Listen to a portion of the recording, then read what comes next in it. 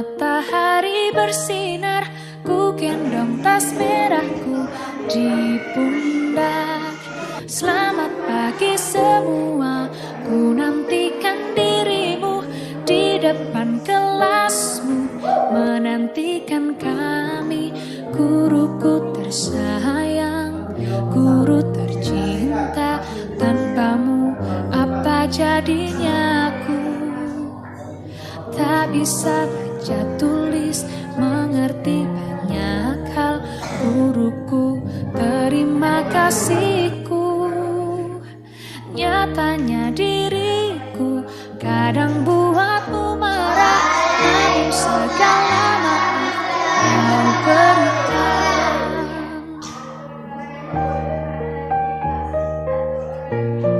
Assalamualaikum warahmatullahi wabarakatuh. Alhamdulillah Pak, pada pagi hari ini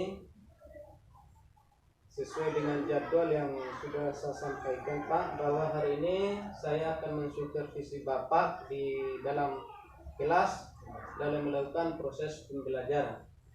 Sebelum nanti kita melakukan proses pembelajaran di kelas atau saya mensupervisi Bapak, maka kita masuk pada tahap yang pertama Pak dalam proses supervisi, yaitu pra-observasi. Ada beberapa pertanyaan yang ingin saya ajukan ke Bapak sebelum saya mensupervisi Bapak di dalam proses pembelajaran di kelas. Yang pertama Pak, kalau boleh tahu Pak, materi apa yang Bapak akan bawakan nanti di dalam kelas Pak? Ya, jadi hari ini hari Rabu ya, tanggal 1 Maret 2023. Hari ini saya akan masuk di kelas 5 dengan membawa materi mari hidup sederhana dan ikhlas.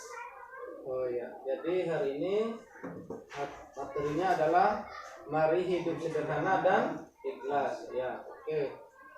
Kalau boleh tahu Pak, tujuan pembelajaran yang Bapak sudah susun di dalam proses pembelajaran dari materi tadi itu apa saja Pak?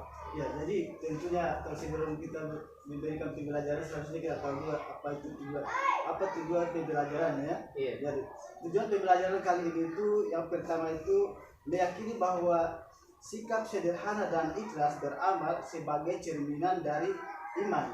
Jadi meyakini bahwa sikap sederhana dan ikhlas itu beramal itu adalah cerminan dari iman. Itu yang pertama. Yang kedua itu adalah menunjukkan sikap sederhana dan sikap ikhlas beramal dalam kehidupan sehari-hari. Maksudnya dia bisa menerapkan sikap ikhlas dan sederhana dalam kehidupannya sehari-hari. Yang ketiga adalah memahami makna sederhana dan ikhlas beramal dalam kehidupan sehari-hari. Ya. Itu tujuan pembelajaran. Ya, bagus sekali Pak. Jadi yang saya tangkap tadi ada 3 tujuan pembelajaran yang ingin Bapak raih dalam proses pembelajaran kali ini ya. Begitu Pak ya? Iya. Ya, oke. Selanjutnya Pak, di dalam supervisi yang akan saya lakukan nanti, kira-kira persiapan apa saja yang Bapak sudah siapkan Pak? Ya, tentunya persiapan yang pertama itu ya kita membuat rancangan pelaksanaan pembelajaran atau disingkat RPP. Nah, rancangan pembelajaran ini sangat penting agar pembelajaran yang kita bawakan itu terarah. Nah, itu fungsinya RPP. Kemudian ada tugas-tugas yang sudah dipersiapkan juga, nanti sebentar kita lihat di ruangan. Oke, bagus sekali Pak. Jadi berarti yang saya tangkap Bapak sudah melakukan persiapan, salah satunya adalah membuat rancangan RPP ya. Ya. Oke Pak, selanjutnya dari pembelajaran yang akan Bapak bawakan nanti, kira-kira area pengembangannya apa saja yang hendak dicapai dari pembelajaran materi hidup sederhana tadi? Kira-kira area pengembangan yang Bapak ingin capai di situ apa saja? Area pengembangan menyangkut tadi yang seperti saya sudah sampaikan adalah tujuan pembelajaran adalah yang paling utama itu adalah menunjukkan sikap sederhana dan sikap ikhlas beramal dalam kehidupan sehari-hari. Dan karena kita memberikan sebuah materi, itu implementasinya adalah penerapannya, pengamalannya. Bagaimana mereka setelah memahami, kemudian mereka bisa menerapkannya baik di sekolah, di lingkungannya maupun di masyarakat. Ya, oke, luar biasa sekali Pak. Jadi area pengembangan yang ingin Bapak raih dalam proses pembelajaran adalah bagaimana siswa itu dapat menerapkan apa yang sudah Bapak ajarkan di dalam kehidupan sehari-hari mereka ya. Ya, cukup bagus. Kemudian Pak, strategi apa yang Bapak siapkan Pak agar apa yang Bapak sampaikan tadi, area pengembangan yang Bapak ingin mencapai itu dapat berhasil Pak? Ya, yang pertama dari RPP yang sudah saya rancang itu, metode yang saya gunakan yang pertama adalah ceramah, dan kemudian di tengah-tengah di inti pembelajarannya kemudian kami laksanakan diskusi. Nah, dari situ kemudian saya akan mengarahkan penilaian terhadap bahan yang telah didiskusikan. Kemudian Pak, kira-kira strategi itu siswa itu dikatakan berhasil, itu ukuran keberhasilannya seperti apa yang bisa kita katakan bahwa siswa itu sudah berhasil menerapkan apa yang kita sudah sampaikan dalam proses pembelajaran? Ukurannya kira-kira seperti apa? Jadi ukuran keberhasilan dari materi ini jika siswa itu sudah mampu menerapkan sikap sederhana dan ikhlas ini dalam kehidupan sehari-hari. Yang pertama, yang kedua, mereka itu sudah memahami bahwa sikap sederhana dan ikhlas beramal sebagian dari cerminan dari iman. Ya, oke, bagus sekali Pak. Jadi yang saya bisa tangkap salah satunya bahwa ukuran keberhasilan yang ingin Bapak yang jika dikatakan berhasil bahwa siswa itu mampu menerapkan cerminan hidup sederhana di dalam kehidupan sehari-hari mereka. Bagus sekali. Jadi Pak, kapan kira-kira saya bisa mensupervisi Bapak di dalam kelas? Ya, sekarang kebetulan saya ada jam mengajar di kelas 5. Mungkin bisa kita lakukan supervisi langsung di ruangan. Ya, oke. Makasih Pak. Lalu begitu setelah ini saya akan mensupervisi Bapak di kelas. Kemudian pertanyaan terakhir Pak, di dalam berbincang ini, setelah kita berbincang ini, setelah saya mensupervisi Bapak, maka akan ada tahap selanjutnya Pak setelah saya mensupervisi Bapak, yaitu tahap observasi nanti. Jadi Bapak siap ya? Ya, oke, makasih Pak. Mungkin itu saja yang saya tanyakan. Sekarang kita bisa masuk ke kelas dan saya akan siap mensupervisi Bapak. Saya tutup. Billahi taufiq wal hidayah. Wassalamualaikum warahmatullahi wabarakatuh. Waalaikumsalam warahmatullahi wabarakatuh. Assalamualaikum warahmatullahi wabarakatuh.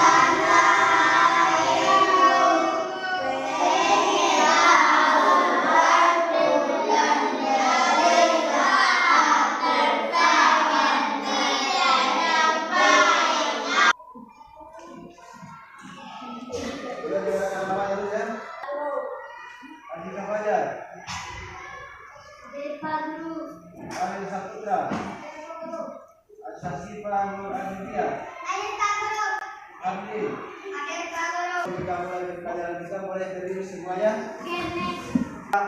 Mulai.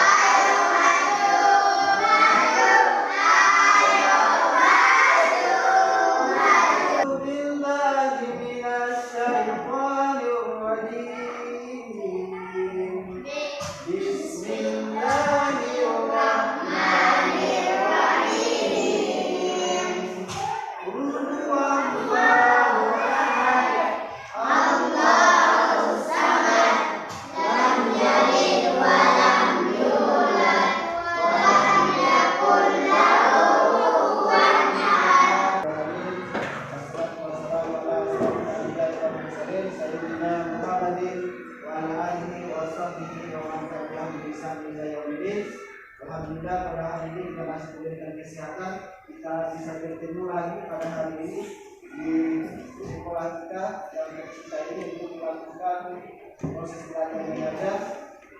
Nah, sebelum kita masuk materi kita hari ini, saya ingin tanya tentang materi kita sebelumnya di bulan itu, yaitu tentang mengenal Rasul-Rasul Allah. Ya, di antaranya ada Rasul Ulul Azmi. Nah, ada yang masih ingat apa itu Rasul? Itu adalah Rasul Ulul Azmi, maksudnya teguati sabar dalam menjalankan perintah Allah SWT. Oke, coba. Rasul Ulul Azmi maksudnya teguati sabar dalam menjalankan perintah Allah SWT. Ya. Mari hidup sederhana dan ikhlas. Nah, tujuan pembelajaran kita pada hari ini adalah yang pertama, meyakini bahwa sikap sederhana dan ikhlas beramal sebagai cerminan dari iman. Yang kedua, menunjukkan sikap sederhana dan sikap ikhlas beramal dalam kehidupan sehari-hari. Yang ketiga, memahami makna sederhana dan ikhlas beramal dalam kehidupan sehari-hari. Oke, coba buka bukunya.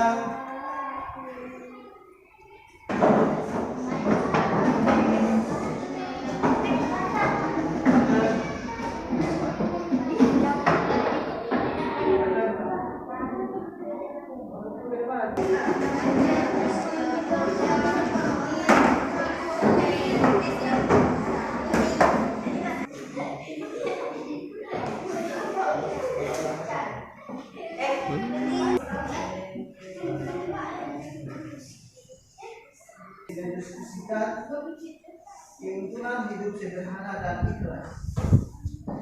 Sederhana dan ikhlas.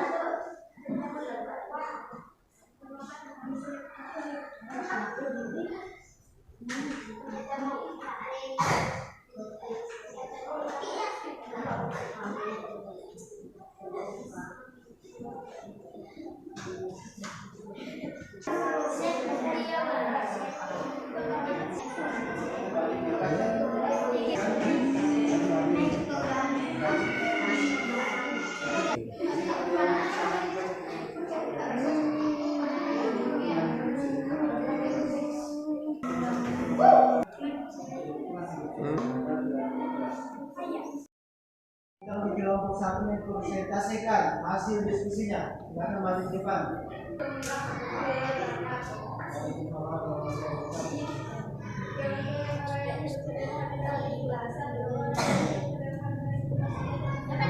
Ulang.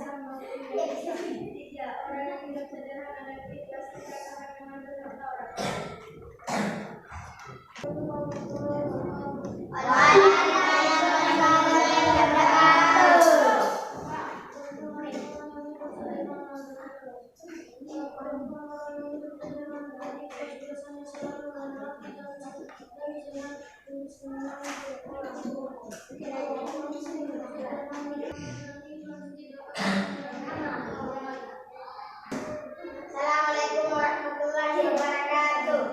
Waalaikumsalam warahmatullahi wabarakatuh. Satu, orang yang hidup sederhana dan ikhlas biasanya selalu rendah hati dan disenangi banyak orang. Orang yang hidup sederhana dan rendah hati tidak merasa resah maupun gelisah.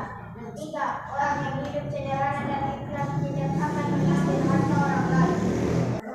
Jadi sekian hasil diskusi kita hari ini.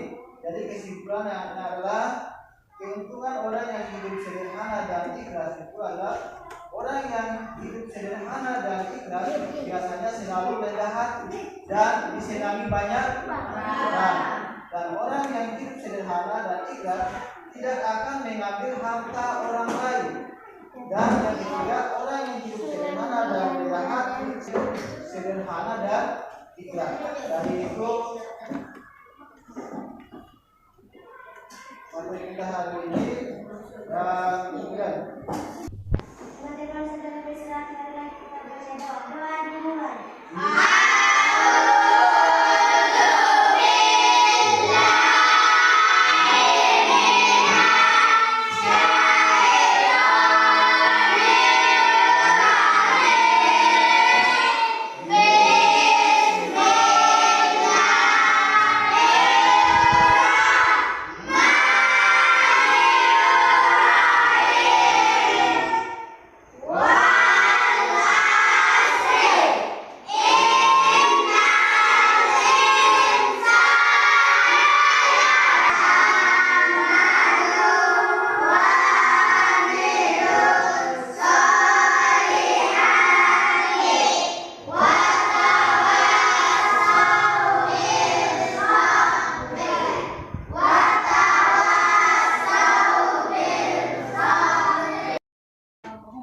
Assalamualaikum warahmatullahi wabarakatuh, Pak Guru.